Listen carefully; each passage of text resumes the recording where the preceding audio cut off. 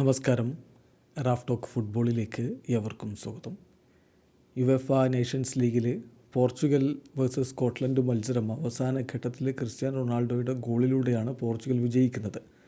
ആദ്യ പകുതിയിൽ ക്രിസ്ത്യാനോ ഉണ്ടായിരുന്നില്ല. രണ്ടാം പകുതിയിൽ സബ്സ്റ്റിറ്റ്യൂട്ടായിട്ടാണ് അദ്ദേഹം വന്നത്. അങ്ങനെ സൂപ്പർ സബ്ബായിട്ട് ക്ലച്ചിനാൽഡോ വീണ്ടും പോർച്ചുഗലിനെ വിജയത്തേരിൽ ഏറ്റിയിരിക്കുകയാണ്.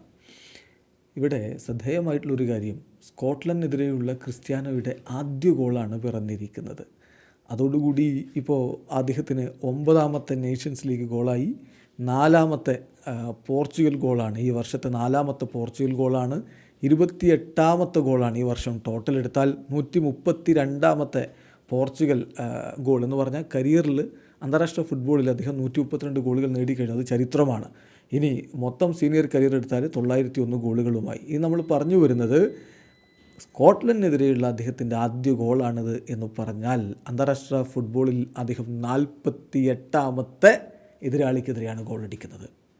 72 എതിരാളികളാണ് ഇതുവരെ അദ്ദേഹത്തിന് അന്താരാഷ്ട്ര ഫുട്ബോളിൽ ഉണ്ടായിട്ടുള്ളത്. അതായത് 72 വ്യത്യസ്ത രാജ്യങ്ങൾക്കെതിരെ ക്രിസ്ത്യാനോ പോർച്ചുഗലിനായിട്ട് ബൂട്ട് കെട്ടിയിട്ട് 48 എതിരാളികൾക്കെതിരെയും അദ്ദേഹം ഗോളടിച്ചിട്ടുണ്ട്. ഇനി ക്ലബ് ഫുട്ബോളിൻ്റെ കണക്കെടുത്താലോ, ക്ലബ് ഫുട്ബോളിൽ അദ്ദേഹം 133 എതിരാളികൾക്കെതിരെ കളിച്ചിട്ട് 149 ടീമുകൾക്കെതിരെ ഗോളടിച്ചിട്ടുണ്ട്.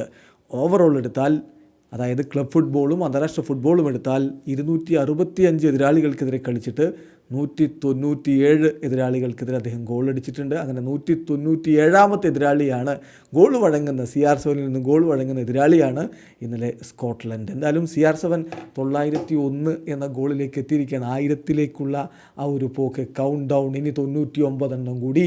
എത്ര കാലം വേണ്ടി വരും 1000ലേക്ക് എത്താൻ? ആ മൈൽ സ്റ്റോൺ പൂർത്തിയാക്കാൻ CR7 അധികം സമയമൊന്നും വേണ്ടി വരില്ല. അടുത്ത സീസണിൽ അദ്ദേഹം അതിലേക്ക് എത്തുമെന്ന പ്രതീക്ഷയിലാണ് ആരാധകരുള്ളത്. വീഡിയോ അവസാനിക്കുന്ന ഫുട്ബോൾ ലോകത്ത് കൂടുതൽ വിശേഷങ്ങളുമായി റാഫ് ടോക്സ് കൊണ്ടുവെത്താം.